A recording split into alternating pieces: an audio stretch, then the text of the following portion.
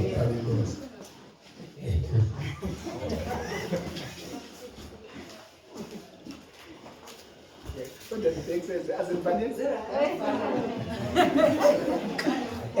Enye into endiyithanda kakhulu ke zizimvi ezapha entloko.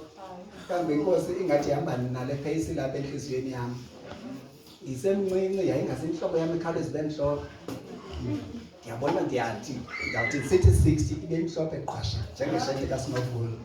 Ingazisikeleni ndiyayithanda ke loo nto. Ndiyithandelani loo nto? Ndizawuya embhalweni ndizibethe.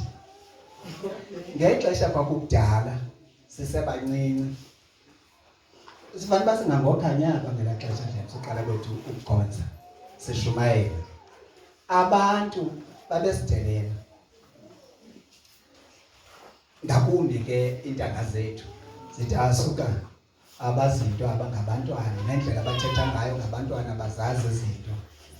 Okay, kodwa ndandiyinotha ke Dlemsi into okokubana elokuba sidibana nabantu abadala ufike sithi umntu yeyi bendisithi ngabantwana uqala ayinguwe umama uMagula oqala usibona kanje sesiqhelele naloo nto ungazenza ngalesi into sisikelele. Athi yeyi seyiba ngasethetha kwa loo nto bendisithi ngabantwana hayi aningabo inkosi sisikelele. Siphakamisa thina hayi abantu ke ngelo xesha babefuna izimbi. Ngoku into endiyithandayo ke ngokubana nezimbi ngoku zikhona akazibana sizathu. Andithi babefuna izimbi nokuthula. Yabona babesitsho sasinonokuthula obhulweni bakhe ethi hayi inye into ndisengabantwana ndiziqonde izimbi mamelane ke ndizibethe izimbi enzela uba singabambeleli kuzo. Ithi iBhayibhile kwincwadi kaYobhi uElihu uthetha yena babahlobo bakaYobhi. Ithi ke iBhayibhile wayemncinci kubo bonke ababathathu njengoba bebani. Uthi ke xa ethetha uElihu, kuba ndimncinci ndiqonde into yoba make ndithule ke kuqale kuthethe nina kuba nibadala. Ndisithi ubudala make buveza amava, izimvi make zithethe ubulumko. Uthi ke ngokubalinde bagqiba uthi kodwa xa kungoku ndiyafumana uba ubulumko obu abukho apha ezimvini kuphela. Andizibethi ke ngezimvi enzela nawe ukubusabambelele ezimvini. Akuthethi izimvi. Izimvi into endiyaziyo mna eBhayibhileni into eziyithethayo ithi zimsikelele kaThixo. Abantu ke bacinga izimvi zezokudala qha. Uba bayandihleka ke bayelalini abantu endibavuyelela kakhulu ngabantu endingabaziyo abanganaziyo. Bayelalini bathi unezimvi nawe? Ndithi ndingakanani na mama? Uthi jinsuka zidinga abantu. Uthi zidinga abantu yena kuba wazi izimvi zobudala qha. Ezi zentsikelelo akazazi. Ikazisikelelo. Uzawuzehlulela ke wena uba inoba zezipho zam. Singangena amacala ngoba ndimdala ngoku ndiphumile youthini. Uthe usangena uveziwe eyouthini. Ngoku ndithetha ndicela sibe sityhile iBhayibhile kwincwadi kaYohane uchapter 14. Uthe ke umama uMagula xa ethetha waya kuYohane chapter 14 wathi yo angachazile vesi ngoba kaloku kwawuthi ndisusele ihloko. Yaqonda kwathi kuthiwa phaya emsebenzini wam uthunakele xa uzothetha kuba sekuthethwa. Uyaqaphela uthunakele inkosi isikelele. Ngoku yabantu bengathi ndize kuba sethethele ngesi ndizothetha ngayo inkosi isikelele. Sithi lapha kuYohane 14 ne ngondisathethayo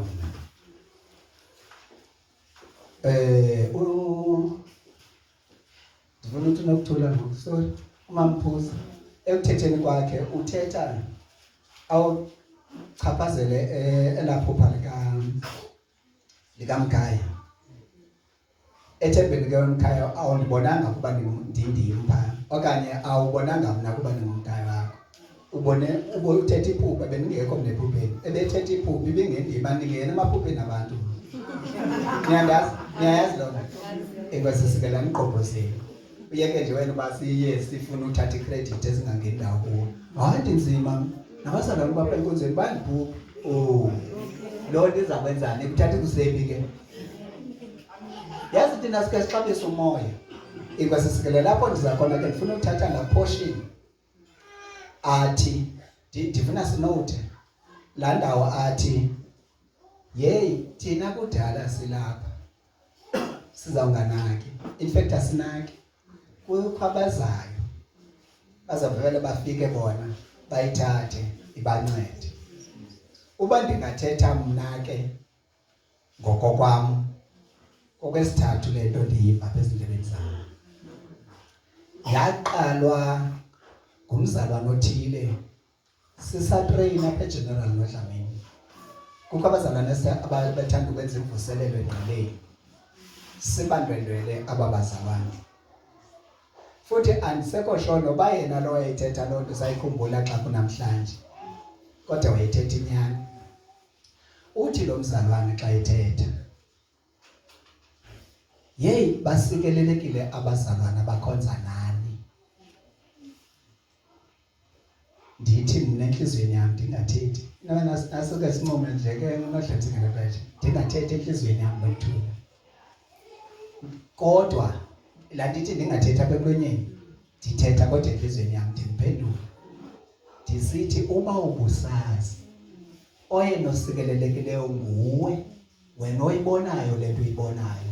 Bona ababoni kwaloo nto, babona kwabantu abafana nabanye. But zange ndiyithethe ndenzela uba ningakhathazeki, zange ndiyithethe nyhani kodwa ndayithetha apha enhliziyweni yam kubo.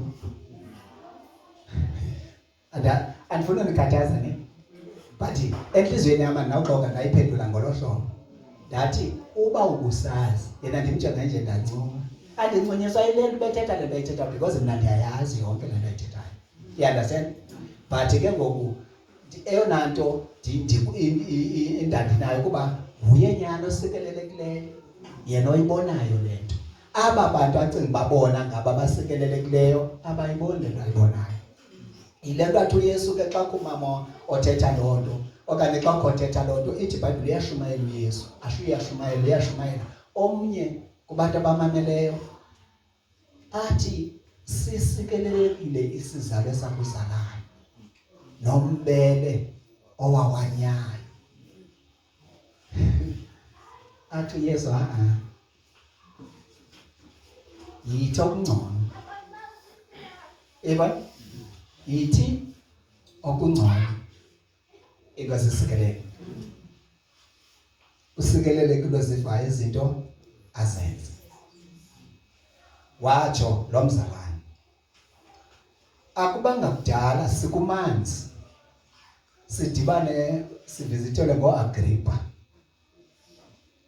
Athi uAgrippa uyongama ukhathazayo ethethe ngaphambili, yebazalwane nina uba nilele sizawumane sifika thina sithathe izinto bezinikwa nina sifake epokethini sihambe, bendishiyeka nina nibukele.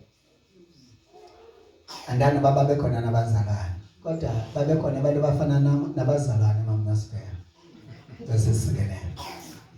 Ngoku kuba ibesithathu senditsho uba nditsho uba ndithini xa ndithetha le nto ndiyithethayo. Yeba siyabani? Okay, mandiphinde ndize kule ndawo ke ngoku. Nike nive nge-appreciations apha emabandleni. Uyavela ingqondo. Yes. Nike nive nge-appreciations. Okay, appreciation. That's why appreciation. I think the appreciation. Then kazininzi ke ngoku ze-appreciations. And then uyangena no-S. Mhlawumbe ngula sheep. Okanye sheeps. Okay, goodest. Sasitsho kudala. Singayiqondi bangayi kwabe kuthiwa good yayiguqula uthi better. Wadi ukuthi best. Sathi bazinto ezikhoyo ezona ziyabhidisa izinto. Ikwasisikelele. Mamelane ke. Andithi aniyenzi nina loo nto apha eministry, andikayiboni apha. Phakathi mna hayi phofu mandingathi uba ndingayiboni mna. Niyayenza nina loo nto apha esenze appreciation yabefundisi.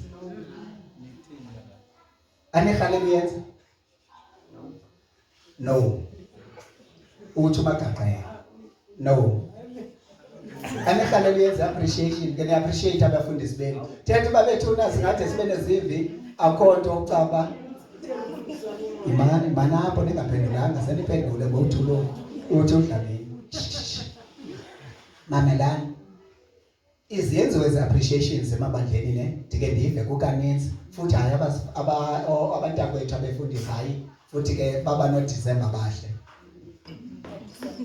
Ndothuka kwakaloku bakhe kwenziwe no 45,000 appreciation yomfundisi wethu simnike isibabalo esithile. Okay, andikwapha imali sanibane xhala ngemali andikwa lo xhala xa ndiyadlulisa kuba i-appreciation idlula phaya ne.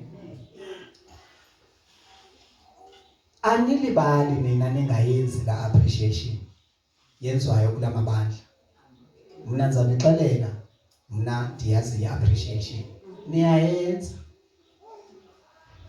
Niye baya mhlambi bayenza isiqu bayenza inantsika yethu imbumba kubethu imali bakhalazela abantu nezamali ithini yayibona ngosimcimbi oqala kwemali. Okay, uyeke ke kanjalo sanohoya. Niyayenza la appreciation. Nina xa aniyenzi nidibele imbumba niyenza isiqu. Aniyenzi nonke. Iyenziwa ngabathile. Bayenza kanjani ababayaziyo ababayenzayo enza banabo bazazi babayenza. Abayenzi kanjani ababangayenziyo enza bazazi babayenzi nizawuyazi because isikeleni. I-appreciation thina singabafundisi balapha e-United States yanithathela mntaqhekeza kanti singene meeting ke bayayazi uqala uziva nabento ndizithetha ngoku qha ke ndiyabachana nje bandithi ndiyabathethela enza basibangathi bayayifuna leya ifuna imali because isikelelo eyethu i-appreciation singabefundisi base-United States Ministries yile yokubana le nto siyithethayo niyamkele because isikelelo. That is the first and the last. Yokuqala neyokugqibela.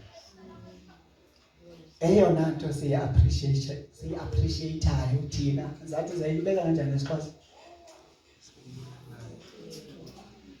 I-appreciation mos ukubana sithe enkosi siyakubona ukubaluleka kwale nto uyenzayo. Yebo sithe enkosi siyakubona ukubaluleka kwegalelo lakho kuthi. Yebo isho la ndithi appreciation ndithi ke eyethu i-appreciation singabafundisi balapha e-United States Ministries esiyifunayo nje kuni ethi sithi thina singabazalwane base-United States Ministries enkosi siyalibona igalelo lenu lelokuba nithathe zonke into nizithethayo nizenze.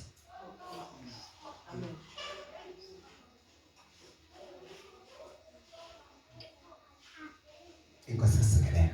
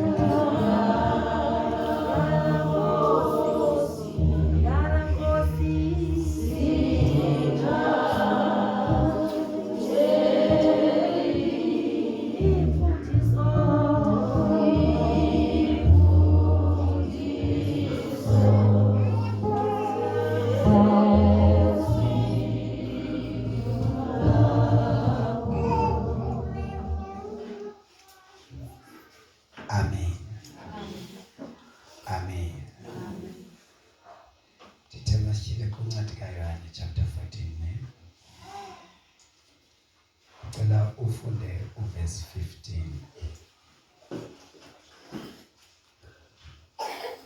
Yohane chapter 14 verse 15. Idinga lokuza kukaMthetheleli. Verse 15. Ukuba niyandithanda, yigcineni imithetho yami. Amen. Uyakwazi ukufumana imayiki?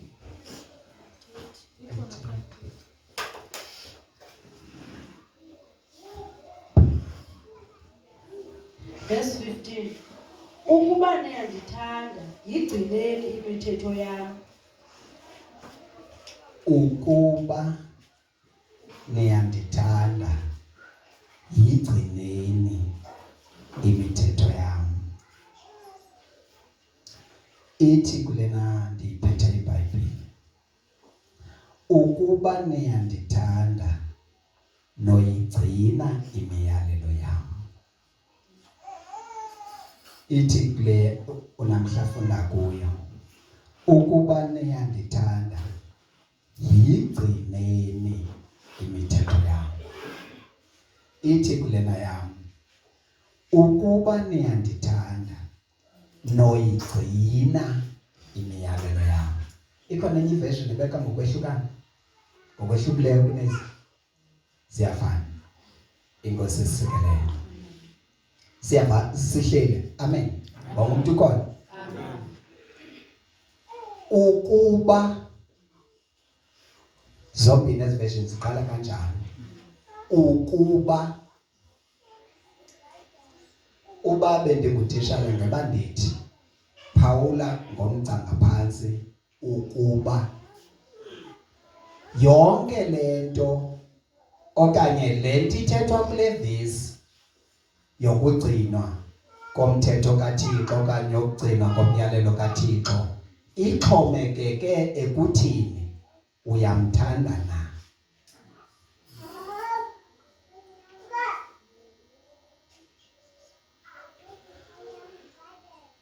Ukuze uyigcine imithetho kaThixo okanye umthetho kaThixo okanye ilizwi kaThixo uqhutywa kukuthanda kwakho uThixo. Okanye uthi uThixo ngamanye amazwi bangabeka ngamazwi wami. Ithi iBhayibhile uThixo uyasingasinga emhlabeni insuku zonke. Ufuna abo banhliziyo zendeleyo kuye. Nyandiva ndithi mna ithi iBhayibhile ilizwi likaThixo. uThixo uyasingasinga emhlabeni wonke insuku zonke. That means yinto ayenza imihla ngemihla le. Ithi ufuna njengesingasinga uyajonga ufuna abo banhliziyo zendeleyo kuye. Ithenye abo banhliziyo ziphelelisileyo kuye. Inkosi isisikeleyo. Ithi ke ulakaza efuna bona ukuze azomelezele bona. Ubafumana kanjani ubana inhliziyo zabo zendele kuye okanye ziphelelisile kuye? Ngokuba efumana babagcine umthetho wakhe. Subefuna ababantu bagcine umthetho wakhe. Ufuna ngamanye amazwi ababantu abathandayo. Mamelake okanye make sithi ngokwale ndawo sesifunde kuyo ababantu bamthandayo. Ngokwale verse uyifunda le verse yodwa. Ufumana uThixo apha efuna thina simenzele into. Okanye senzele into uThixo apha kule verse. Lento ndithi ke ngoku sifumana kule verse thina uThixo sifuna simenzele into.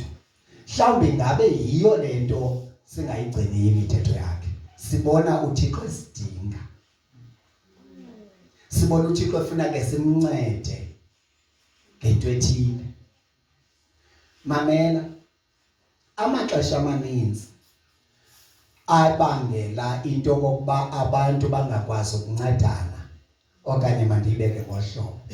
ebangela babantu amaxesha amaninzi ebangela babantu abathile bangakwazi ubanceda abantu bekwazi okanye benako kukuba bazibona bona benceda.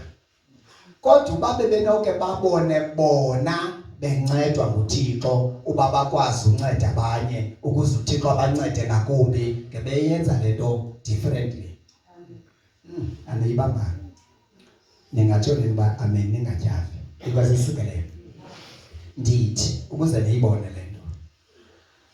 Abantu abaninzi phakathi kwabantu bazibona xa enako ukunceda umuntu. Enako that means unayo into anganceda ngayo umuntu kodwa angamncedi. Ngoba uzibona yena ezawunceda umuntu. Yiyo lento engamkhuthaziyo. Andikhuthazi ngosimbeka kwi-option yobana yena noba emncedile noba akamncedanga kuyafana into yakhe izawushiyeka kuye. Futhi usuke endaweni yaloo nto kungcono xa into yakhe ihleli kuye ngoba ayimkanga. You understand? Kodwa ithi iBhayibhile yona malunga nendawo mhlawumbe nawo ndiva kangcono. Ithi sisikelelekile isandla siphayo ngaphezu kwesithathayo. That means uba kufika ixesha lokuba uncede omnye umuntu kwenzeka ntoni? Wena funeka urelease into. Wena funeka ukhuphe into apha kuwe wayinika omnye umuntu. Ngamanye amazwi insikelelo ngelo xesha uyanikeza lo muntu lento insikelelo uyayamkela. Uthi uThixo uthetha kanjani? Language yasekhaya. Ingasikelelo. Lithiwa ndim ke ngoku. Abantu abaninzi bengakwazi nje ukunceda abantu lula. Babetheka kuloo ndawo because uzibona yena ezawunceda omnye umuntu. Akasiboni yena encedwa nguThixo. Akasiboni yena kuvela ithuba lokuba uThixo amncede.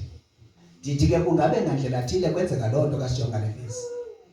Sithi xa sisimva uThixo esithi ukuba niyandithanda gcinani imithetho yam, simbona uThixo ingathi kwi-receiving end yokokubana yeke sawuke simncede uThixo siyigcine imithetho yakhe ke siyenze le nto ayithethayo. But mamelani ke ngohlobo ndinixelela ngayo. Njengoba uThixo efuna sigcine imithetho yakhe, akafuni thina sincede yena ngokugcina imithetho yakhe. Yena nguThixo ufuna unceda thina. Eyona nto uThixo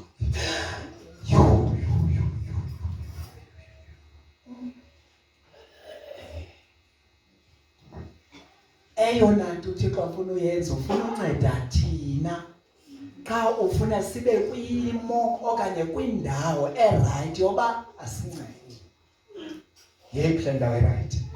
Yoba sigcine imithetho. Sigcine izwi lakhe.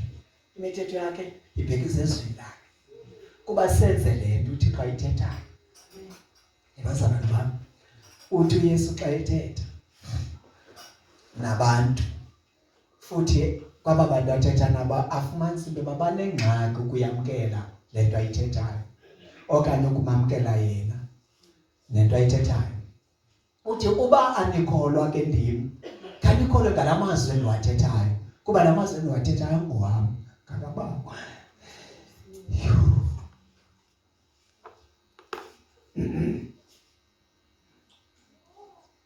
Litho ndim ke ngoku nani uba nikholwa le nto ndiyithethayo okanye nikholwa mna ngoba ndicinga uba ingxaki ngandim, khanamkele nje la mazwi endiwevayo uba kaThixo.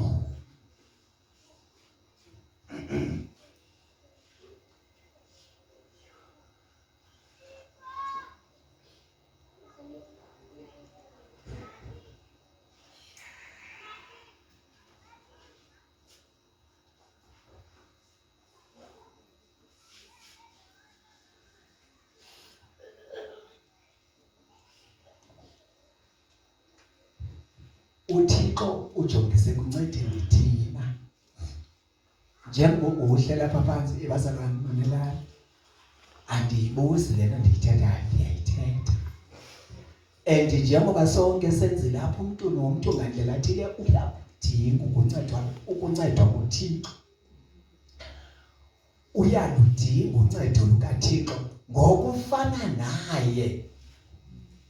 Ifana nento yobana wena uhlela apha phansi ungathi xa ujonga thina uthi kuthi kwanele olizwele sizakudinga ngani ukuncedwa nguThixo.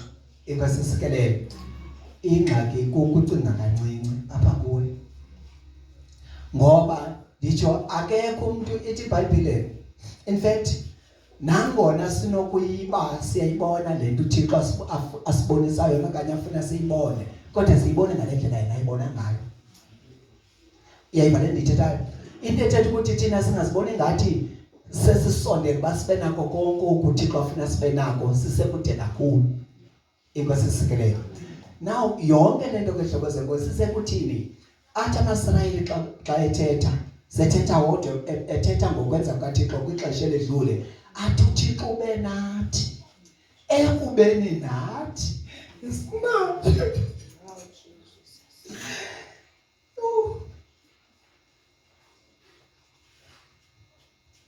uThixo akasukanga wabaleka wazinyala kumaSirayeli. Kakuba amaSirayeli behamba ngendlela zakhe esenza ngokohlobo uThixo alindele ngalo, abiza ngalo, naye wavele kulo Thixo ebelindele kuba abe kuye kuwo. Uthi uYesu ke nakathetha malunga nendawo enje. Uthi andindodwa ndinobawo. Ubawo kanjani? Kuba ndihleli ndikwenza ukuthanda kwakhe. That means xa uhleli usenza ukuthanda kukaThixo, unesiqinisekiso hleli unaso uThixo ngakuwe. Futhi akudingeki nokuthi ulindele confirmation kabani uzuqiniseka ukuba uThixo ngakuwe. Ubuhlele ezwini ungakuwe, no matter kwenzekani around wena, don't stress, suwara. Inkosi isikelele, suba nengxaki ngoba ngakuwe. Akhutsheliswe. Inkosi isikelele.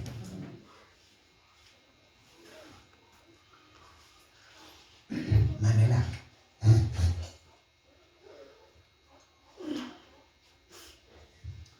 Uthi umhlabele nowenza makasinovuyo. Ndiyakuthanda Yesu wami onke amalanga. Nisisho mina.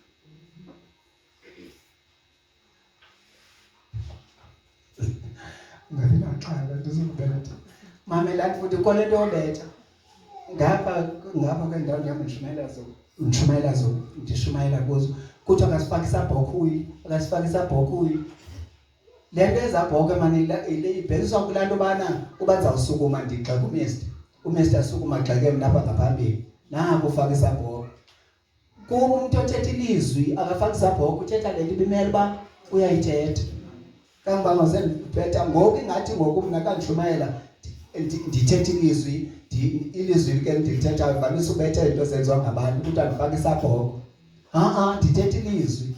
Ngoku yabona uSathane ufaka ibeka ngendlela ubana mabangayamkeli uyabetha, sikukubana uyashumayela uyabetha. Kanti uyabona basekuthe kwalahleka nentshumayelo ngoku. Ingosi isikelele isabhoke yile nto tata wam, sibari wam, ndizawuthi uba ndiyasukuma sendisukuma ndiyazi uba ndiyamazi ubetheka into ethile, zawuthetha yona.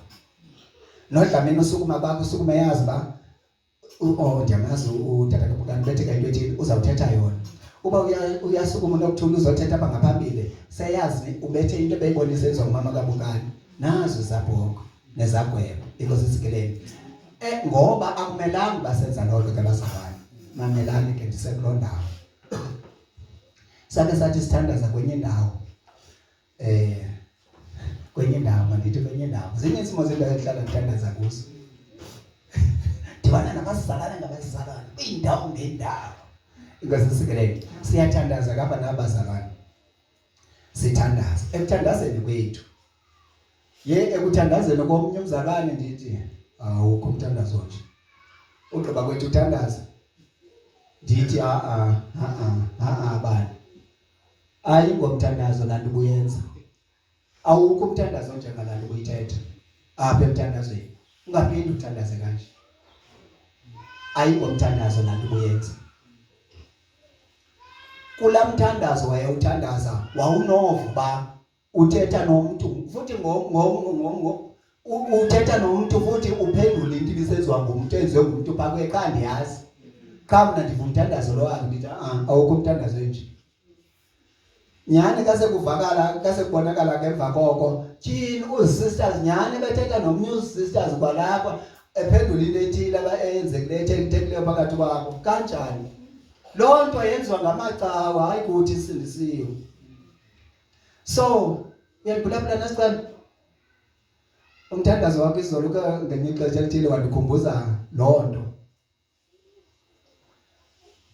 mamela ungayazi into ethile eyenzekayo ngomzalwane wakho phakathi kwenu ne ukuba inhlungu kuwe ngela xesha lakho lokuthandaza mbeke futhi ke ungayendlala ngolohlobo uyiva ngalo okanye uthanda uyibeka ngalo ilento ibalekile lamthandazo wethu wasemfihlweni okanye wami ndodwa because phaya ndine privacy uba ndingathandaza ngento ezeka kulandile ndingathi ndimbize nangegama ndincede Thixo ngale nto ezeka kulandile enje ayibone uba ayikho right xa isenzeka ngohlobo ndinawo yonke lo freedom but phi endaweni yami ecaleni apha kukhona nolwandile ndithandaza lo mthandazo ubone uba wena uyaziyo lento kushiyeka nje bandithi lwandile wena uyaziyo lento kalwandile yiyo lathandaza ngayo bani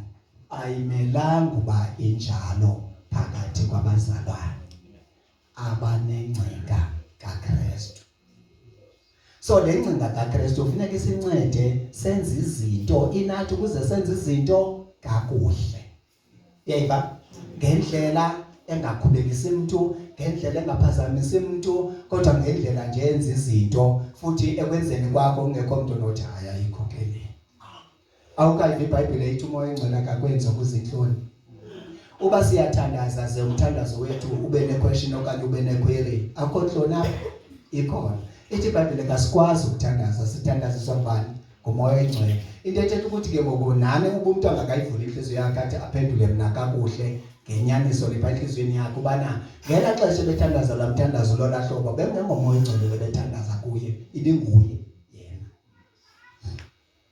ingasisekelele so ifuna ke ngokuba masiyi-avoideni okanye masiyigadeni uba ingenzeki mamela xa uthandaza mos uyaziva ifana naxa ubhuda uyaziva hayi nandim lo ndandike ndithandaze ndisozela ndithi amathole kusengwa ngezakhobe hayi amathole nenkomo engasemanga ngenaphi emthandazweni ndiyabhuda ngoku so ndivula amehlo ningacinga uba into sizithetha zobhuda kunemithandazweni siyazazi sibhuda thina uqonde ayikho le tu ayikho futhi uvele uthetha into offside engangeniyo futhi nawe uzikhona uba hayi bendibhuda futhi bendilele bendiphumile emqondweni phofu umuntu umile ngenyawo zombini inkosi isikelele mamelani ndithi ke kandithi isijonga le ndawo verse 15 thina andiyazi noba into ebangela uba isenze abanye bethu bangehluleki uba simele basiyenze lento ngohlobo ukuthi xa beka ngayo apha kuverse 15 noba sibona thina sijongwe ejonga uba uThixo simncede okanye sibona ngolohlobo ndiyafuna ukuthi siyijonge ngolohlobo make siyiyekeni kuyijonga ngolohlobo sijonge xa esithi uThixo mamelani masiqwalasele le ndawo ke mampina ngibuyele ithi verse ukuba niyandithanda gcinani imithetho yami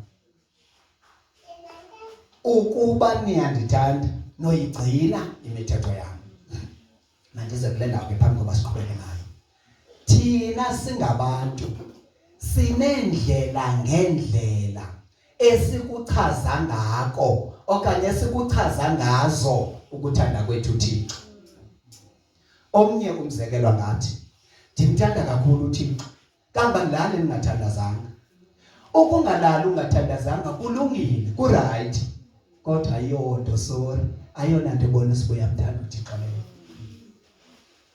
ungangalali ungathandazanga kodwa ayonto leyo ngokwelizwi likaThixo ebonisa uba indlela omthanda ngayo uThixo uThixo xa ifuna abantu abamthandayo akajongi bantu bangalala abangathandazanga ndimthanda kakhulu uThixo andibhudwa umhlangano bakho umhlangano inhle lonto ithe iBhayibheli ningakuyilizeli ukuhlangana uba ube khona emhlanganweni xa bazalwane behlangene kodwa ayonto leyo ebonisa uba uyamthanda uThixo ngokokaThixo Abanye ke sheme zaRams abantu azithandela umfundisi, umbona uyazifela ngomfundisi wakhe sheme namhla welosi. Inkosi isikelele. Angathi ba kuzabakho inkonzo akhethe kwijuice ethile ehlobo lithile ayizongabiyeki ijuice kamfundisi ngakwazi mamphusi bomfundisi wethu ithanda kakhulu le juice nje ndimthanda kakhulu uThixo yena uzakubonakalisa uthando lukaThixo kumfundisi ngoba sithandela umfundisi yedwa ayikho into enjalo eBhayibhelini iyo lento nathi singasifuni i-special attention i-special treatment siyafana nabanye abazalwane inkosi isikelele. Omnye ke zininzi ndingazibala ndiyana ningathanda ukuzenza ezinye imizekelo ngoba basebaqhubeka abantu bengathi ndibetha zona masithi umzekelo kumabandla kunxitywayo athi ndimthanda kakhulu uThixo wathi komnye kangoba ndinesambatho enkonzweni yami ndithi kusho ukuthi benesambatho asinangxaki isambatho ekabe kodwa yonke ibonakala sibuya mthanda uThixo leyo sorry dadethu ungabeka hayi ndinikela kakhulu enkonzweni kangoba nomfundisi ndingumzekelo omhle ebandleni udathu umfundisi wami nanku umntomba kahle noThixo mamela ke inkohliso yenzeka emabandleni ubunikela kakhulu ubekwa phambili uthe nanku umzekelo ngomuntu omvayo uThixo nowenza ngokuthi okaThixo kuzani usetyenziswa yena kukhuthazwa abantu babakhupha imali ngoba kufuna imali wofumanisa bakwalento ayibhatyaze elizwini aboya ngalonto lingumzekelo kuba xoxisa gqithi uyazikhupha ishumi iyanikela ubulisa umfundisi 500 akaphazama inkosi isikelele ufumanisa ba nomfundisi ngokuba kangazo umbulisa azomnika lo 500 kwinkonzo ethile othi hayi kuyabonakala makeke umzalwane ubani apha le nkonzo ayishushwana ngoba yenziwa shushu nge500 uyayibona la nto ndithi singazibala zininzi indlela thina esichaza ngazo ukwazi kwethu uThixo kodwa uThixo yena uthi ukuba niyandithanda thina zininzi indlela esizenzela zona ezibonisa sizama ngazo kuba sibonise ubana siyamthanda uThixo kodwa zonke zifika zinalifayo yile zifika zicikwe yile kaThixo ngoba uThixo ukuba niyandithanda gcinani imithetho yakhe ngamanye amazwi noba ungenza neyiphi into uba uligcina ilizwi lakho uThixo awumthandi xa ebala abantu abangamthandiyo ubala nawe ayilo lizwi likaThixo lithi bazalwane uThixo liphakamisile ilizwi lakhe ngaphezulu kwegama lakhe ngamanye amazwi ayikho enye into uThixo ayixabisileyo phezulu kwezinto zonke ilizwi lakhe so wena ke ngoku ithi lento ngamanye amazwi uThixo uthathe ilizwi lakhe like inhliziyo yami iselizwini lami so oke wabamba ilizwi lami wagcina lona ufumene inhliziyo yami yeyiba ingasisikele ilapho le so mamela uthi layo ikhona ivesi likotshwa apha kaMateyu 7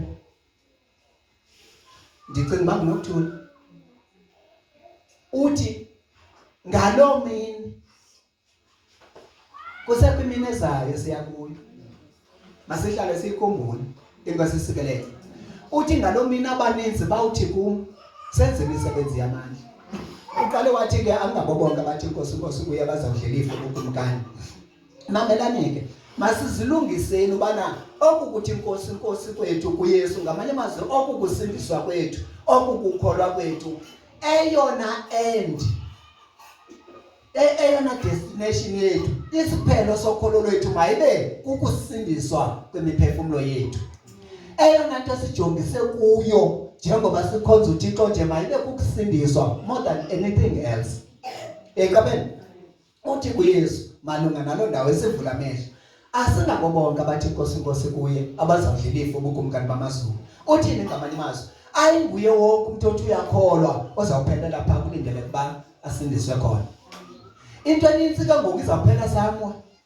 hayi phaa ifune ke ngoba masilandele sayibona kanjani isefithini ithini criteria ngabanjani abathi inkosi manyani kuye uthi ke abaninzi bazawuthi senze imisebenzi yamandla uthi ke asingabo bonke abathi inkosi kum abazawudlela ifu bukumkani bamazulu ngokwenzayo ukuthanda kabawethu osemazulwini ngamanye amazwi ngoyenzayo le nto uThixo athi makayenze ngoligcinayo ilizwi likaThixo kulo muntu uverse 15 inkwasisikelele futhi ke kuba ebehlele yazi ukuthi uYesu uba abantu ngensuku zokugqibela izawube ingabaqhanqalazi endishilo iBhayibheli bakwinsuku zokugqibela phakathi kwezinto ezakwenziwa makathathu kuzawubakho ukuchaswa komthetho. Ukuchaswa komthetho kukuchaswa kwelizwi. Yeba waqitha wathi kangangoba abaninzi bazawuthi senze imisebenzi yamandla saphilisa imelweni sakhupha amadimoni savusa abafile athi ndandule ndibaphendule ndithi andizanga ndanazi. Mamela ndithi andile ecacisa nokuthulwa akatsho ba andinazi. Andizanga ndanazi. Zange ndaqala ukukwazi. Akathi abayiphilisanga impilo le ngoba bayiphilisile. Kanti kwenzekani ke mfundisi wami? Awuyasiconfuse na uYesu ngoku? Hayibo. Ngaba hayi akaconfuse. Kha sitha silesi kabuhle. Ayitshonga iBhayibheli ayo iBhayibheli lesixelelo kwaPawulos ubana noma ungane ukholo oluthongcula intaba luyifake elwandle kodwa ungenathando fana nenceceka encezayo. Ungafanelana uzenze zonke izinto unikele ngento zakho kumahlwegu uthi unikele ngomzimba wakho ukuthi utshiswe kodwa lungekho uthando. Kubani uthando? UThixo. Uyenza wena lento. Yilento ke ngoku ithi iyenzekayo lokuthula because amaKristu amaninzi aconfuse okanye apopaniswa yilento bana bathi abantu abangekho ngcwele abangabi ngokwelizwi likaThixo benza imisebenzi yamandla yenzeke afuni bakanti uThixo kanaye zenzeka kanjani izinto ubabalo and uyakholwa zenzeke ke ngoku and it is babalo azinabuyambo uba ndibabalwe nguThixo ba ndishukumamelani bazalwane wakwathetha into ayinge ngukhanya esithi umntaka magade masilumkeni bazalwane bafundisi bamntaka gade imile bethu igcotyiwe ngoba sigcotyela ubana sithethe ilizwi likaThixo futhi lithethe into obana siyithetha kubo yeqabe sigcotyiwe so kulula ke ngokubana nokuthetha nje into ngokwasemsebenzini abantu bazobozeka emkhaya bazobozeka qonda bayi sowaphela ngasogqithele ngoku kulo kuyithetha umsebenzi uthethe ngenye nje noba yintoni na ngokwehlabathi ingasisikelele hayi ka bafika kumndiya sebekatsho kaninzi kum umuntu ndithetha nje ngokwento yomsebenzi ndithi ithetha nobani kwenza into ethile kwenza into ethile uthi yo ubani udifficult kakhulu iya ngokwakho okanye uyile umuntu athi ayidile awu nditsho phansi uya kwami ufika ndibeke kahle ndibeke wancama wathi yo hayi tatu Willie une soft tongue ndikuncamile une soft tongue mayenzeke le into ebendifuna uba makavumele lento yenzeke cha abanye ke ngoku bawendeke ke ngoku bafune le soft tongue uyisebenzisela okungendawo ithi iBhayibheli ekhumbulani ubabalo sibabale ngalo masingalenzi ukukhusi lobubi sibabalwe ubasamkeleke noba umuntu ebengafanele ukukwamkela nakwamkele yekabela but ke ngoku masiyazi ke ngokuba olubabalo ayilolo ukuba masingasebenzi advantage yalo ke ngoku thina sisebenzele silenze ukukhusi lobubi maselugcine ngohlobo olukaThixo ubabalo lunyulu lungcwele endike bazalwana kufanele sihlale siqaphele lo ndawo ngoba uSathane ufuna ukuyijobha yonke lento khawujonge kamnothiwa ndenze umbulo ndiqheqezile konakele yonke konakala naleyo yenziwa nguMr Mnoko ngoba ukhonza nami inkwasisikelele ilento ndike ndathi ke kwenye ixesha masiyijongeni ibrand masiyigcineni ibrand ye-United Saints Ministries masiyigcineni nje uba umuntu uziva eqonda bakakwazi uyigcina nje uvile uba kukhona apho kukwazi uba usindise uqhubeke kodwa uyajona nomuntu oyi-1 abojona bona sishiye thina asihambi nalo ndawo inkwasisikelele sihamba njengoba ilizwi likaThixo lisitsho elithi ilizwi likaThixo lihambisana nayo nathi asihambisane nayo esivumelana elithi ilizwi likaThixo liyayivumela nathi sithetha kokuvumeleka inkosi isikelela mamela ndithi nindibambe kahle kule ndawo zininzi indlela abantu abachaza ngazo ukuthanda kwabuThixo kodwa ezo ndlela noba zinganinzi kangakanani azithethi ukuthanda uThixo nyani ngokokukaThixo inye indlela obonisa ngayo noba ngubani noba ngumuntu noba nguye ukuba uyamthanda kubugcina imithetho yakhe yabazalwane ndike ndibe buhlungu ngamanye amaxesha ndive umzalwane okanye umuntu onegama lokungumzalwane futhi enegama lokusindisiwe ebhuda kanjani masithi kusemsebenzini kuthethwa ngalo muntu emsebenzini uChabile ebethi usindisiwe kodwa ebebhatyaza ukwenza kwakhe uyaziwa le ndawo sebenza kuyo ba beyiyona nto ke ebesindiswe njengegama umzekelo kodwa azothi umuntu othethayo ngayo osindisiweyo yo ebemthanda kuThixo usibanibani bengasoze kudingeke umuntu ohlabelela ekhona kanti kukuthini uthanda uThixo ayikho ngixolele ukuthanda uThixo kukuthini mamela ke simiyeke lo wawuChabile ndizapha kunina nikhoyo azapha ngaphambili umuntu uzongqina ya ndiyamthanda uThixo bazalwane ndimthanda kakhulu ndimthanda nyani futhi ndiyaziva nje enhliziyweni yami igcwele yena uYesu uyazazi ukuthi mamela umnandi bangwasedejini uba ndiyakwazi ukungwasedejini ndikuthele enqaba uthi noba niyaziva ubani ubuthini ngale nto ayithethayo because ukuthi uyamthanda uYesu uthi ndiyayigcina imithetho kaThixo uyayigcina ke nyani yakithi nevesi uthini uverse 15 ke ukuba niyandithanda gcinani imithetho yami that means uba uThixo uthi uba siyamthanda sigcina imithetho yakhe uba sithi thina siyamthanda sithini ngamanye amazwi sithi siyayigcina imithetho yakhe lo muntu uthi apha ngaphambili uyamthanda uThixo futhi umthanda onke amalanga njengoba usithi umhlabelele hayi andikoyamanisi nalonto nomhlabelele uhlabelele kazobaleka nawe inkosi isikelele onke amalanga yonke imihla ndiyayigcina imithetho yakhe kuthi umuntu ongaxoki ufuthi axoke angabi nanhloni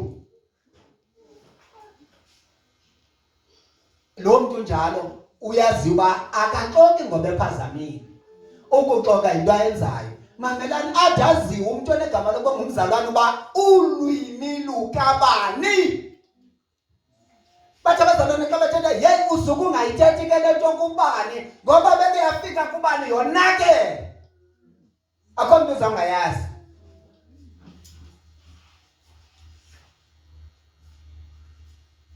phofu ubani lo kwenza e-United States Ministries i-United States Ministries sithini isiqubulo salo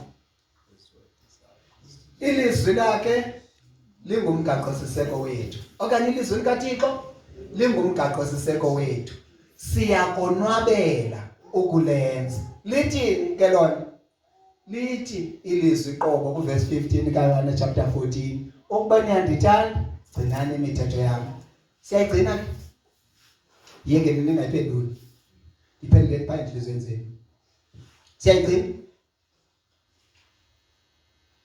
siyayigcina na cha ndibuza ngicikoza andifuna ukuphendula ngokwempendulo nayo enhlizweni yakho uyamthanda ndicinga ingcono kakhulu futhi xa uzophendula wena apha kuwe uziphendula wena uyamthanda kodwa iBhayibhile is good ithi iBhayibhile ukunceda kaThixo aba bantu basondele kum ngemilele inhliziyo zabo zikudelele kum utsho izayo bayavuma bathi bayamazi kodwa ngemisebenzi bayamkhanyela xa sithetha sithi siyamthanda uThixo kodwa ngokwendlela esenza ngayo siyamkhanyela kafunda uverse 21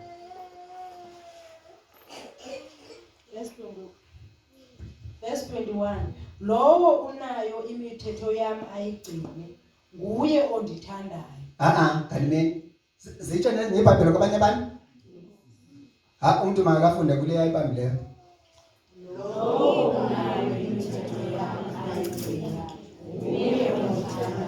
Okay, masiyeke lo namhlanje ifunde yedwa ke ngoba niqalele namhlanje. Imani akutsho mna ayizukwayaneliswa nami leyo. Phofu ningawayamanisa nami ngoba ndiyayithetha. Ndingayibaleki.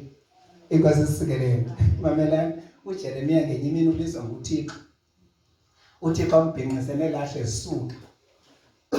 Kuthiwa ke ngapha kuthi emsebenzini esebenza kuyo uba unike into ungaxatyiswanga ngayo ukuthi ubhinqisane lahle ukuthi uyazibona ukuhamba wenza njani kwecingo. Mamela uthi uThixo embiza uJeremiya athi Jeremiya bazawulwa nawe. Kodwa siyazi uba abazokukuthini. Ndikwenze udonga lesinyithi. Bazawulwa nawe kodwa abazuba nampumelelo. Nansi into efuneka sinayo singabazalwane. Lawo amazwi awasayi kuJeremiya yedwa ngoku. Wonke umuntu ongubizwe nguThixo makakhaliphe enhlizweni yakhe. Ngoba uThixo akanelanga nje ukumbiza, uphinde wamenza udonga lwesinyithi ekhanyeni. Bazawusilwa abasilwayo kodwa bazokusithini. Inkosi sisikeleni. Ka usindisiwe yiba nalonto uzawukulwa okulwayo, uzawulula usindiso lwakho olulwayo, soba nengxaki ngoba wazuba akazukukuthini. Ngamanye amazwi akazuphumelela.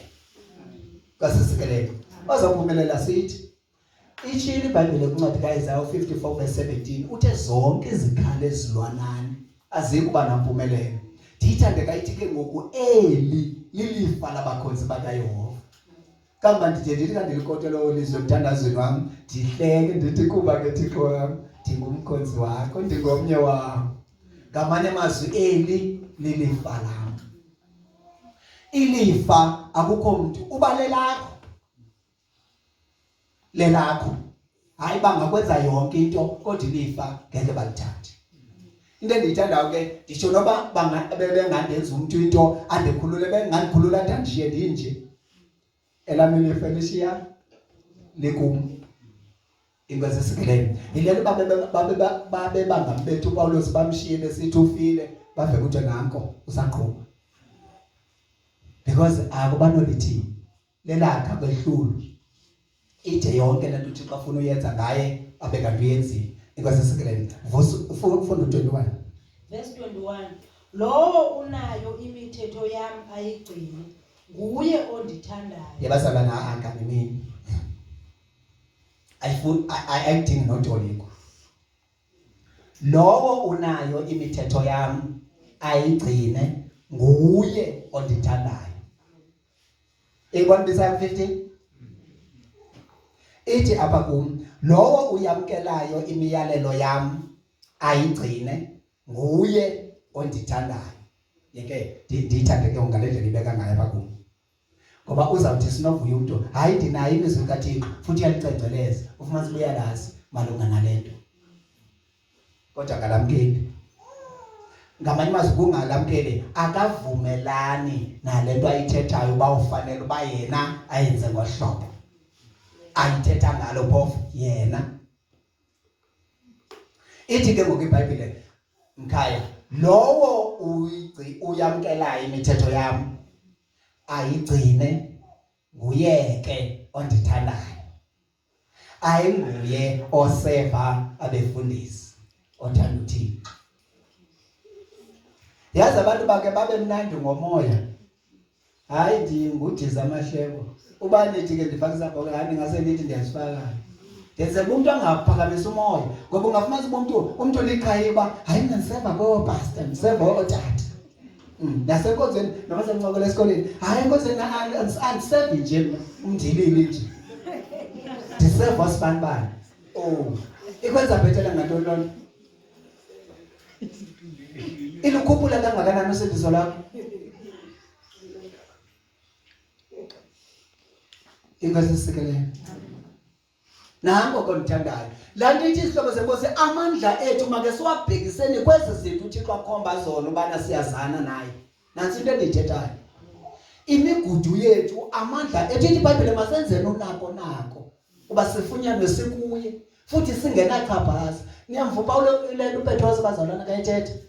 uthi nizazi nje ukube izinto zizakwenzeka ngohlobo nithini nanini ukuziphatha ukuba zisifikele ile mini singenachaphaza.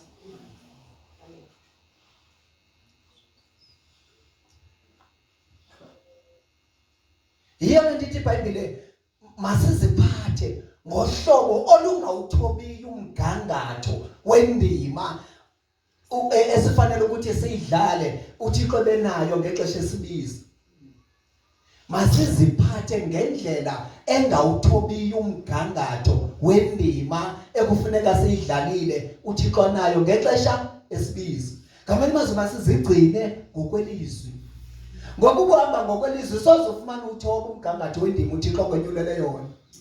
Kodwa ngexesha sihamba noba kanjani sisenza ngokungakhathali singavumelani nelizwi likaThixo sithoba umgangatho. Mamela kunestandard efuneka sihambe kuso singabazalwane. Sesike sihamba ngobungcwele, sihamba ngokukholwa uThixo nangokutsho kukaThixo. Lento uThixo ongayivumiyo nathi masingavumelaniyo nayo. Lento uThixo ongafuniyo siyenze masingayenzini bazalwane. Kulapho uThixo, kulapho konza kwethu uThixo asibiza khona. Itsho lengezi. Lo unayo imithetho yami, lo uyamkela imithetho yami ayigcine nguye ondithandayo. Gqithi into kakhulu ayithini? Phaya. Lowo ke undithandayo uyakuthandwa nguBaba. Imake. Ewe. Ewe qhubeka ngasesoqala ku21. Lowo unayo imithetho yami ayigcine nguye ondithandayo. Siyayibamba kakuhle lo ndawo. Ngamanye amazwi ifika isuse yonke enye into ibibekwa ngokubana umuntu uyamthanda uThixo ngoba wenza ukuthi imise ubana umnye othanda uThixo ngulo onemithetho kaThixo futhi eyigcina lo mithetho. Ngamanye amazwi ngulona imithetho kaThixo futhi eyenza le mithetho nayo. Ingeyo registration bazashumayela ngayo. Okay, qhubeka. Lowo ke undithandayo uyakuthandwa nguBaba. Nami ndiyakumthanda ndizibonakalise kuye. Mamelani ke mo. Sifike kulandawo ke ngokubenzisithi. Make siyeke nomjongo 15 ngolahlobo. Make simjonge ngohlobo. Bendilithatha apha into engikhuthazayo uba ndithi masiseke nomjongo 15 ngolahlobo apha ngalo. Masimjonge ngolu. Khawuphinde uyifunde uzayiva ke mhlawumbe uzayiva kancane masithembe. Verse 21. Lowo unayo imithetho yami ayigcine nguye ondithandayo. Kuphinde kuthethwe futhi enye into kuthiwa futhi so kuphinde kuthethwe enye into ngomamela malunga nalo umuntu uthanda uThixo ngokugcina imithetho yakhe. Lowo ke undithandayo uyakuthandwa nguBaba. Mamela ke uqale wathi ondithandayo makagcine imithetho yami. Ubani uthetha apha? uYesu. Uthi ke uYesu basiyamthanda masigcine imithetho yakhe. Lowo ke umthandayo uYesu ngophi lo kulugcina imithetho yakhe uzawuthandwa nguBaba. Yeyiba uthando lukaThixo kuthi luxhomekeka kuba siyagcina na lento uYesu asinikileyo. uYesu kwincwadi kaYohane chapter 8 I think ngu32 uthi ukuba nithe nazingisa ukuhlala emfundisweni endinifundise yona niyakube ningabafundi bami enyaniso okanye nabe ningabafundi bami benene. Ngamanye amazwi uba ubana kahlali kwezimfundiso, ngamanye amazwi kungahlali kwakhe ezimfundisweni uYesu akunikeze zona, ukungazamkeli kwakho, ukungayamkeli kwakho lento uYesu ayithethayo apha kuwe kukuthi ngamanye amazwi awumthandi. Ngoko nangoko ukutsho kwakho ngokungaligcini ilizwi likaThixo noThixo basengakuthandi. Kanti ukuba uYesu lento ayithethayo uyayamkela uyigcine uyenze indlela leyo athatha akwazi ngayo bana uyamthanda abe noThixo kayisingasinge emhlabeni efuna abo banhliziyo zendele kuye aba banelizwi lakhe afike wena ugcine ilizwi lakhe aqonda ba nanku lo nyomuntu naba bantu elibafunayo abe uyathandwa njani. Inkosi sikelele phinde uqhubeka iphela lapha isende isaqhuba phofu. Nami ndiyakumthanda. Uyabona ke ngoku unesiqinisekiso uba noYesu uyakuthanda. noThixo uyakuthanda awanelanga nje ugcinile wena ubujonge ngento eqaleni ka ujonge u15 qha waphela apha wawuyiswa bokuthongo ubujonge ba ubushiyeke nje unento ethi uThixo nanku ke niyambona ke unje ungumuntu obungqaba ngqaba ndiyamazi uthanda uvuna apha ngahloyelanga khona uyayibona nanku efuna uyawa nguye ufuna senze into noThixo nedyoko yayiba apha jonge khona uThixo ujonge basithande yayiba uthi ngaphinde ufunde lo21 lowo unayo imithetho yam ayigcine nguye ondithandayo lowo ke undithandayo uyakuthandwa ngubawo yes nam ndiyakumthanda kutsho ukuthi ndizibonakalise kuye yayiba nam ndiyakumthanda futhi ndigqithe kumthandeni ndizibonakalise apha kuwe atsho ezi zinto ilizwi likaThixo lithetha ngazo ngawe ziphile yilanto benzithi ke ngoku make siye kumjonga u15 ngola hlobo ngongathi uThixo ufuna simenzele into thina uThixo ujonge into ba asincede yena ngoba ekupheleni kosuku yonke lento uThixo asibizela kuyo sibizele ukuthi make sizome endaweni esizawuthi kasime kuyo yena akwazi ukwenza yonke lento acebe ukuyenza ngempilo zethu njengoba sasindiswayo nango ukuzibonakalisa kuye omnye kubazalwane ngexesha ethetha nabo ebaxelele uba uzawuhamba athi uYesu uzazibonakalisa kuni athi hayi bo kutheni ungazibonakalisi kulo ihlabathi wazibonakalisa kuthi uzaba ngazibonakalisa kulo ihlabathi kubantu abangakholwayo athi ngoba bancedwe nguThixo ahamba unqule emaxantini kwabathi makuxole kwa uThixo uncedile izinyanya zasemazizini zindiwezile bendijongene nokufa kanti thina sivile emthethweni wakho bakashelishi izuko namuntu nguye yedwa uThixo akukho umntu kungekho yena akukho Thixo sizawuyazi ba xa kwenzeke kanje akho nedoubt anawu anako lokungabaza ngaphakathi kwami nguThixo lo wenjenje inkosi sikelele ebebekade bengakholwa bathi ye uThixo yasebenza niyibona into enzeke kubani niyayibona indlela kwenzeka ngayo kubani niyazibona into ezenzeka around kubani uThixo naye kuxa abantu ke ngobafuna uhalela usakuwe kodwa uthi kanti ndiqala pha ku verse 15 hayi khawusimele sisi asimele ngodonga nje into esifunayo sifuna ukuthi uThixo makasibonakalise ukuthi cha uncedo ayintoni akho kanti bethane ndiyenzayo ibitheni kugcina nje ilizwi hayi yasibenzithi mina nabo uncedo ayifasting uthatha 3 days no 4 ingaze sikelele ngeke bava abantu bekhuthazana kanjalo yo hayi tathandazana nasana tathanda singamjongi kancinci bona bandithanda uKFC yapha thathe izinto encinci ukudithanda zoThixo andive ndimcela usomandla akafuna ucengwa ngoku nansi ingaze sikelele nansi gcina nje imithetho yakhe hamba ngokuphila lempilo ayifinayo ngamanye amazwi kawenze izinto azishoyo ke iBhayibhile nake nayiva kumalaki sithi ukuxelelwe mtundini akubiza uYehova kuye bangamalaki ngumika ngingabhidalisa uyakwa ukuxelelwe mtundini akubiza uYehova kuwe kuba uthande inceba wenze okusesikweni ngamanye amazwi uThixo akafuni into ukuthi singayaziyo ithi iBhayibhile uThixo usinikeze zonke izinto ezisingise ebomini nasebuthixweni ngamanye amazwi akho nto osiyidingayo yiyo lento asikathi kuPawulos ubabalo lwaPawulos lukwanele xa ubabalwe ndim awudingi enye into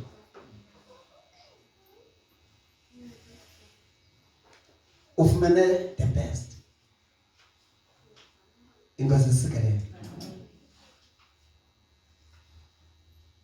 andikawudibene nolo babaloko awuthi uThixo unceda sincedayo uyayazi balukwanele ngamanye amazwi aludinge zakho isandla ingozi sikelele siyamba kakuhle 21 uba oyena ondithandayo ngulo nemithetho yami ayigcine and lo ayigcinayo ke imithetho yami uzawuthandwa nguBaba nami futhi ndiza kumthanda futhi ndizibonakalalise apha kuye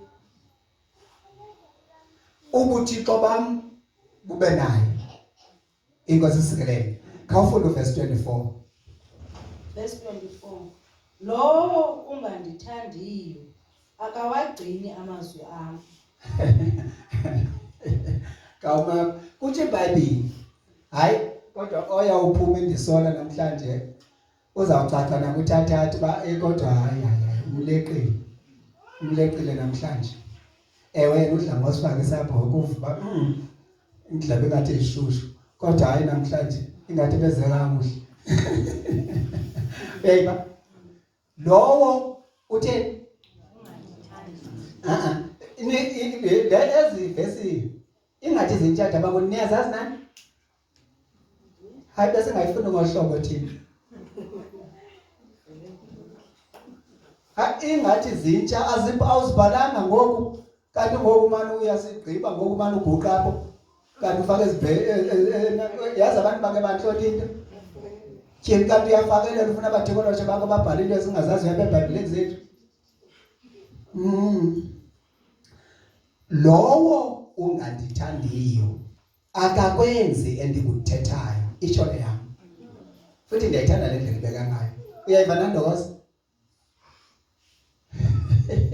Yabazalwane andani banake nava neBhayibhelini. Kukho ivesi ethi eBhayibhelini ndikugocagocile ndakwazi. Ndiyakwazi ukuhlala kwakho nokuphakama kwakho. Ndiyakwazi ukuma kwakho nokuhamba kwakho. La vesi okanye la ndawo eBhayibhelini benixelele uba uThixo ndazi ngaphezulu kokuba mna ndizazi. Inkosi isikelele. Lowo ungandithandiyo akakwenzi endikuthethayo. Ngamanye amazwi lalo besithi ke ngoku uba lento uyaziyo ngoThixo okanye lemfundiso kaThixo ungayamkeliyo, lemfundiso kaYesu ungayamkeliyo, ukungayenzi kwakho lonto ithi yona awumthandi. Mamela ithi iBhayibheli encwadi yeNdumiso ukwenza okungendawo kwabangendawo kuthi akukho yikaThixo kubo. Inkosi isikelele. Mamela la mntu ungakwenziyo uThixo akuthethayo wenza ntoni? Akenzi into ne? Mamelani ikhumbuleni inyanisile lani besithi uba kukho lento ofuna kuyenzile ungayenzi. Ikhona lo ungamelanga uyayenza uzawuyenza.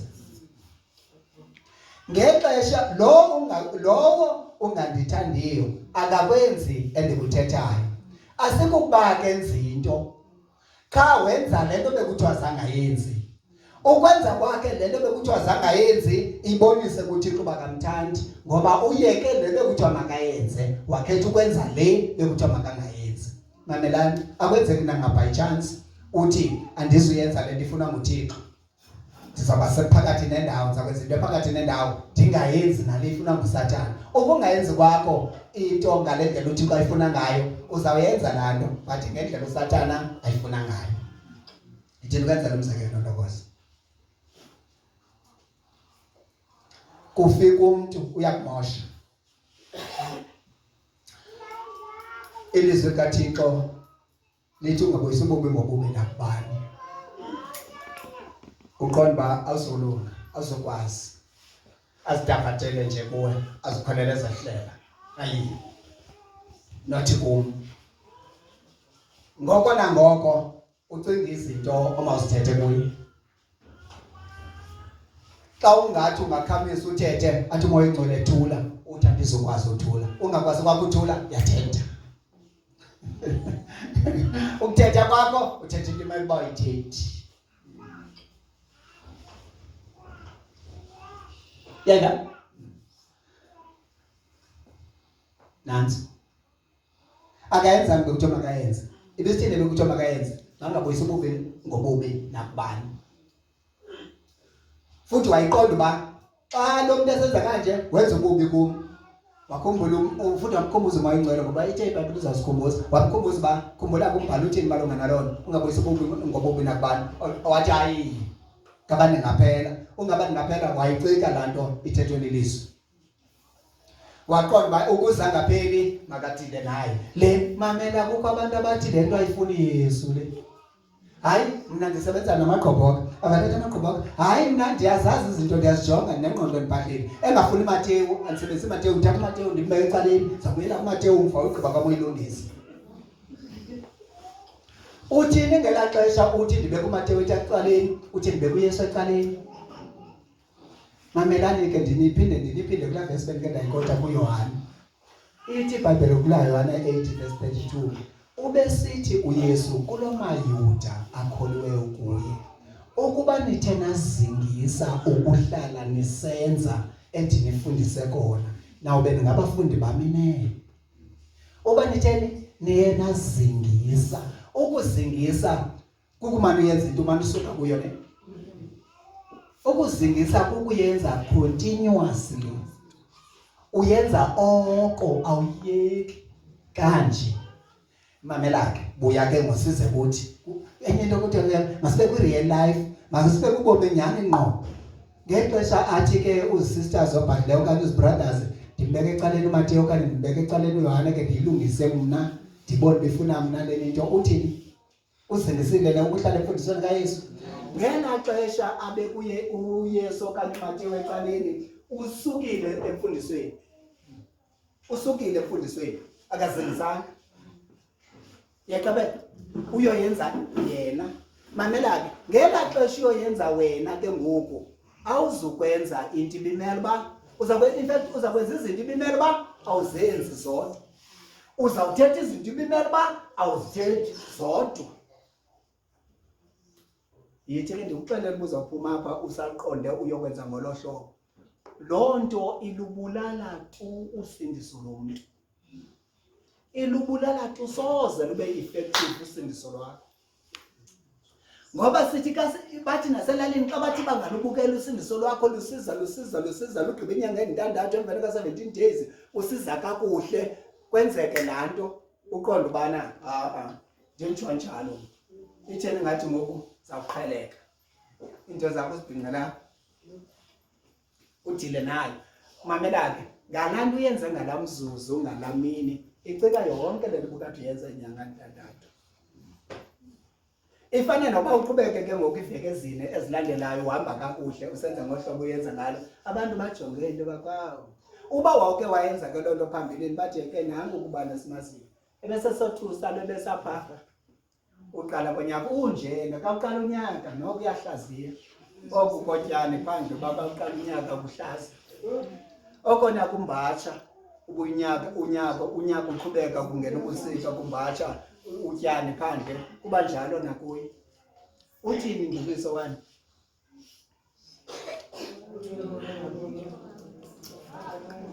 hayi uyolo labantu iqalitshe nane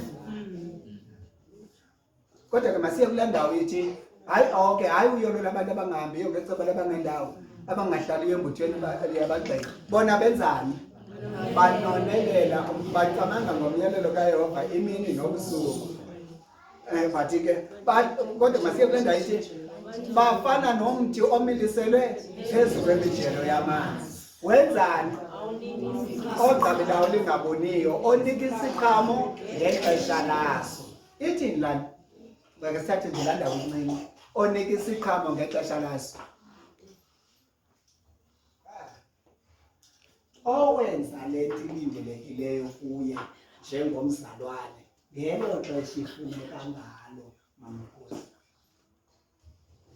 ithi lento ithi unegqabelo lingaboniyo unika isiqhamo ngexesha laso uhlala eyilento ngoJanuary uyilento ngoFebruary uyilento ngoMarch uyilento ngoApril ngokuzitshaza imbuzi ilanga lingenayo akathi akambathi yena akangoApril akazombuzi futhi kube ngoMay unje ngoJune ungena ingqele unje ngoJuly akho mvula unje ngoAugust ngoSeptember ngoOctober ngoNovember ngoDisemba iyangena inyanga wayidloboka iyaphuma inyani abazalwane unjeni.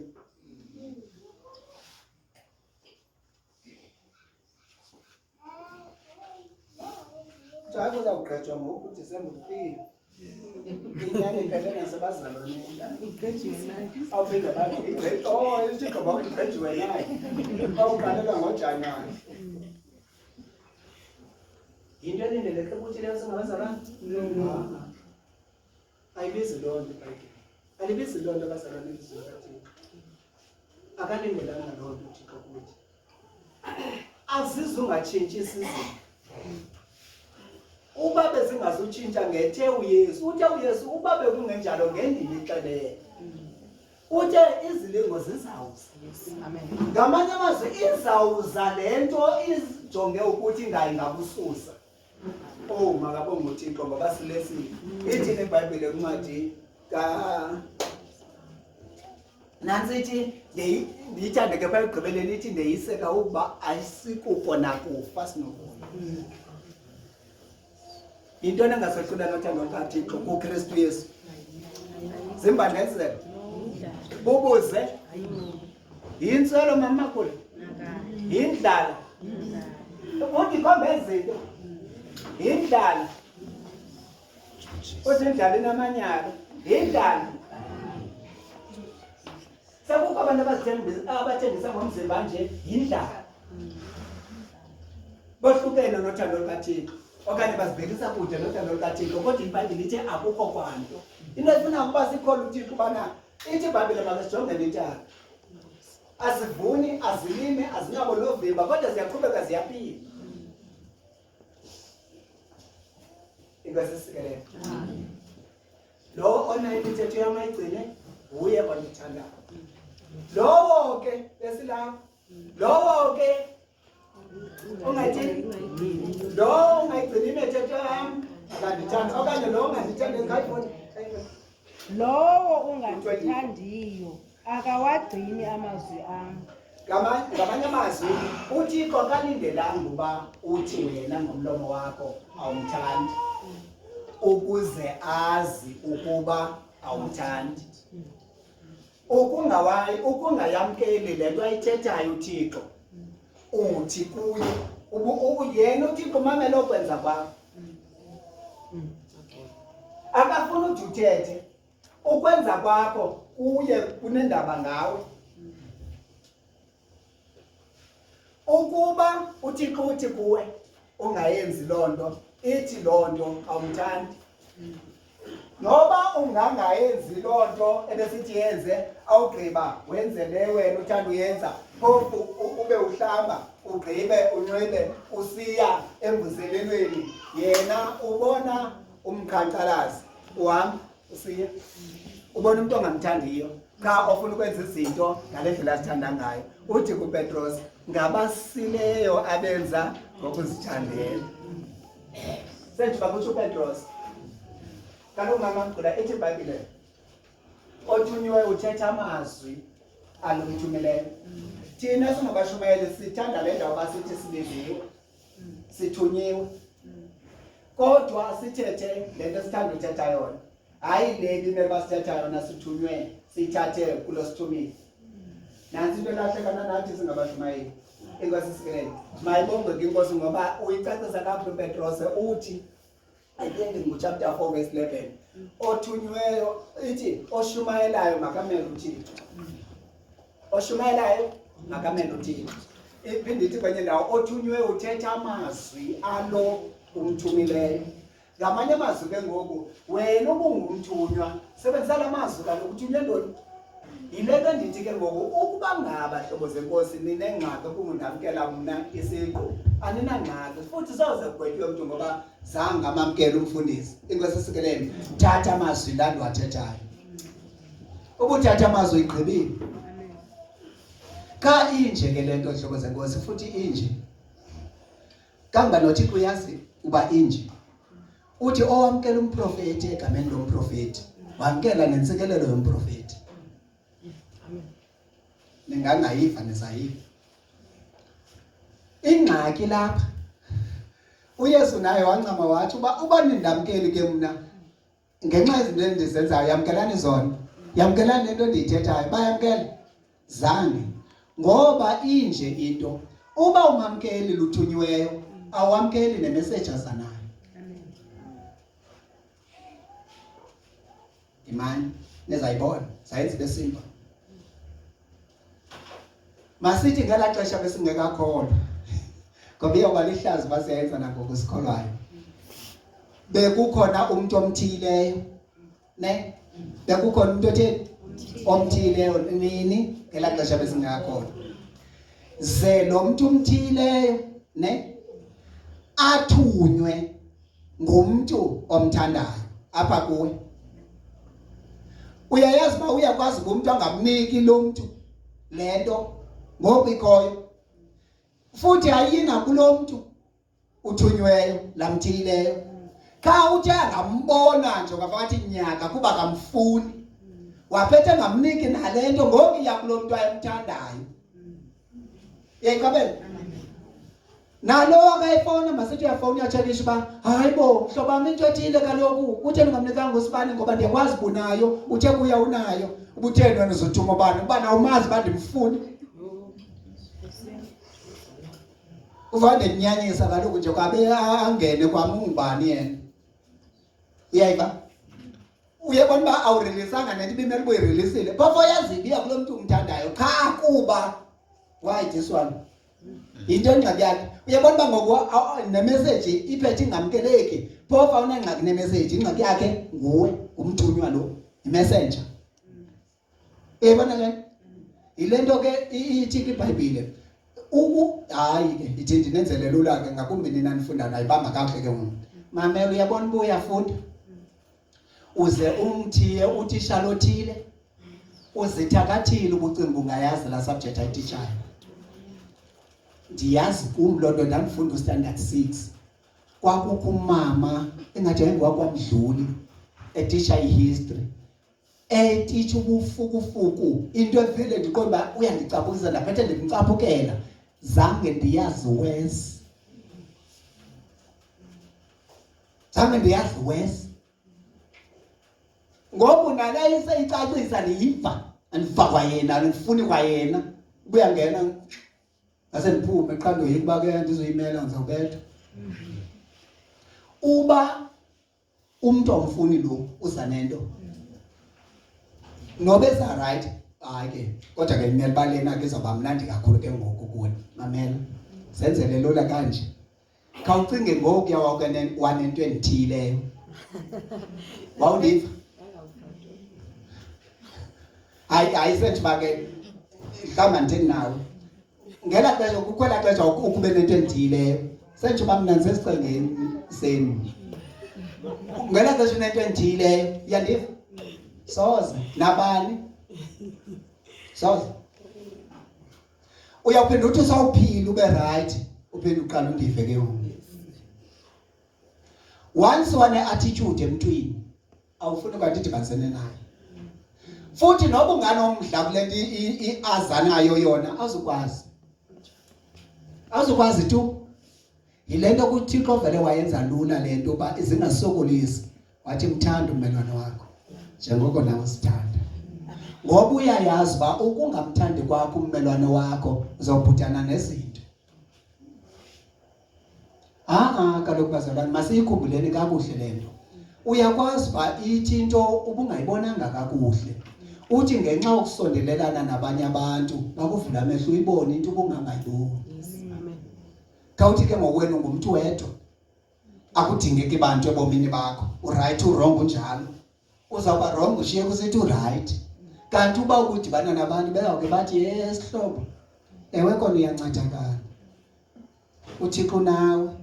Yekho thi attitude yakho mntana isekayimbi.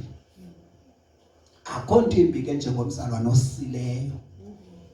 Ndake ndibava abanye bathi ye ubani ingase angahliki epulpetini ahlale sepulpetini ingasahlale kumoyoko. Ndifuna ba ithini lento uthini? Uthini ka uthi ufuneka ahlale kumoyoko ingasahlale kumoyoko angahle epulpetini. Ye ndisho uba wena Mr Willie beke wayehle epulpetini sancokola hlela apha yiyo izinto azithethayo. Nosuka kukrazule nje uthetha nje ukhamisa atyala. Ndithi ndiyakuva ke ngoku. Oh yilento na. uye ukuthi usile ngoba ngeke kakuhle mina ngingakanda bendisokola athi nje indlela ageza ngayo. Uyesazi isigezo sakho simosha lento uthunywe yona. Iyo yakhe anivanga incwadi kaPetros nabazalwane ethi iBhayibheli ilizwi likaThixo lilungele ukulungisa isimilo. Amen. Kuye kwathini ke sisakho saqaqatheka. Hayi mina ndixolela mina abazalwane uba ndiyayifumana ireport ethi umuntu usile ndiyathetha naye. Asimelanga basigeze kaloku. Tu ingxaki esisigezo sakho sona yonke lento kuwe. Mamelani bazalwane ngayithatha kayithi lento kumuntu ngamnyapha kuthi kule ndawo akuyo usisibane sesikaThixo. Ngamanye amazwi impilo ayiphilayo phakathi kwabantu aphilabo phakathi kwabo iveza ubuthixo bukaThixo ukuze abantu badibana nawe bakwazi bakukho umuntu okuthiwa nguYesu owafela abantu ukuze bangajabalali ngenye imini. Inkosi sikelele ngoku uzawuthi sayijonge lento eyibuke lapha kuwe then ayafuna bayisigezo esike ngoku sisindaphi ukuthi silunge. Nditsho ndilithanda ilizwi likaThixo kule ndawo ke noba singabe siyibhudile ingqeqesho kangakanani emakhaya kodwa apha elizwini likaThixo ifika lisixonxe. Amen. Ufundiswe ukwenza izinto. Iyo le ndithi iBhayibheli singathanga ubukumkani bamaZulu sabamkela njengabantwana soze sibufumane. Ngoba wena ubuzungu nobhadlile ubana ndimdala mina noxelela uba ngibane noxelela bafuneka ukuthi ayibale into ayithetha kum. Mamela uzawuhlala ungulomqhankqalazi unjalo. Uyabukela apha ebantwini imbeko. Wena ushiye uyenza umbeko. Inkosi sikelele. Masigqibe u24 sizoyeka. Lowo ungandithandiyo akawagcini amazwi ami. Ilizwi elilivayo asililo elam lelikabawo owandithumayo. Inkosi sikelele iyavakala ithi apha kum lowo ungandithandiyo akakwenzi endikuthethayo. Kanti lamazwi eniwave ngam akamazwi am koko ngakabawo ondithumileyo. Yabona bengathi thetha nam. Yazi ngizwathi incwadi kaloku efunda incwadi kaIsaya kwi-scroll sikote kuLuka 4:18 athi umoya wenkosi uphezu kwami undithambisile ukuba ndishumayele inkululeko kubathinjwa. Ithi iBhayibheli wayifunda wagqiba kade kayigqiba laa ndawo wayisonga iBhayibheli. Wathi namhlanje ezindlebeni zenu phambi kwenu lamazwi esisibhalo sifezekisiwe. Baqala bafuna umfaka amatye ke ngoku. Inkosi sikelele ngoba nguye lo ufika ilizwi lithetha ngaye. Inkosi sikelele uthini ke ngoku wena uzenza uYesu? Hayi. But ndithi yonke lento neyive ndiyithetha apha ayisuki kum. Amen. Ayingomazwi ami njengoba nani beniweva. Inkosi sikelele bendiwafunda apha eBhayibhelini. Kanti lamazwi eniwave ngam akamazwi am koko ngakabawo ondithumileyo. Amen. Awaphi lamazwi? Lasuka ku15 sithe soma kule ndawo. Ngamazwi kaThixo lo ujonge nawo ukhonza yena ungene ezulwini lakhe athi ukuba niyandithanda igcinene imithetho yami. Isicacisele iBhayibheli ubana ongayigcini imithetho yakhe ukungayigcini oku imithetho kaThixo kuthi ngaye akamthanda uThixo. So ke ngoku ifuna ubana ke ngoku lento ingumcelimngeni kuthi sonke ngabanye uba umuntu azamane nenhliziyo yakhe uba ilungelelane nalento ibizwa nguThixo kuthi. Inkosi sikelele. Sivuselele.